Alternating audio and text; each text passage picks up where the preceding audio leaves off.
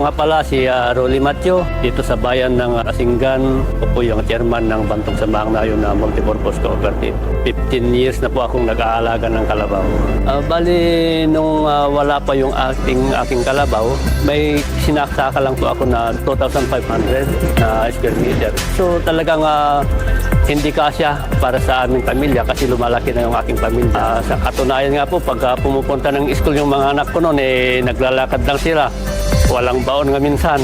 Kaya nga nung andito na yung programa ng Philippine Carabao Center, yung tulong po sa akin kasi mayroon na silang baon papuntang school. Nakabili na rin po ng motor para may hatid sundo ko po sila. Ganon ang naitulong sa akin ng pagkakalabaw. Nakakaaral na rin po ng aking mga anak. Isa nga po siya yung katulong ko dito.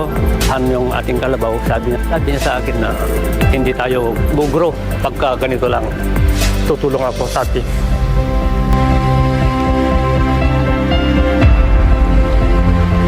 Kaya naging pasalamat ko sa kanya. Kasi tinupad niya yung sabi niya sa akin na tutulong sa aming pamilya.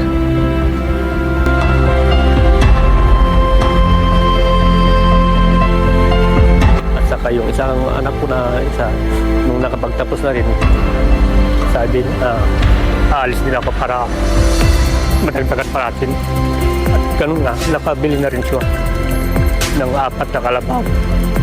Bali, 2 na yung anak ko na nakalis na para madagdagan pa yung ating kalabaw dito.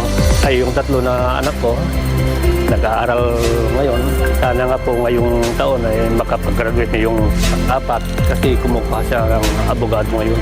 At saka yung 2, let ang kinukuha para daw sila na ang aasikaso sa kalabaw natin. Bali po yung ibang kita po natin na pinamamahagi natin sa mga tao. Actually, kasama ko yung aking pamilya. Umiikot kami dito sa Asinggan para makakita po kami ng mga deserving na tao na mapagbibigyan po natin. Kasi yun nga ang layunin ko sana na wala na sanang maghirap na tao.